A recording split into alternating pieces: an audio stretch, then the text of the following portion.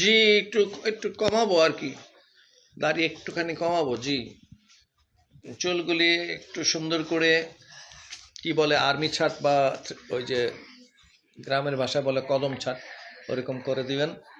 আর দাড়িগুলি trim করে দেন সুন্দর করে।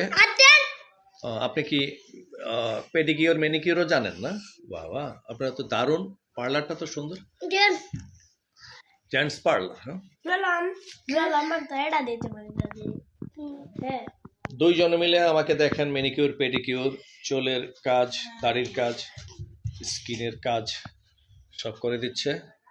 উনি হলো মিস্টার আপনি কি গজনী নায়ক Aamir Khan the junior.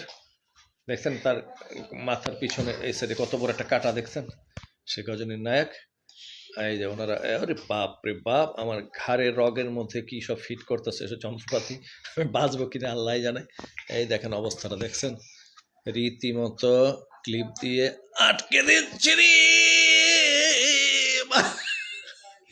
আকু puncture.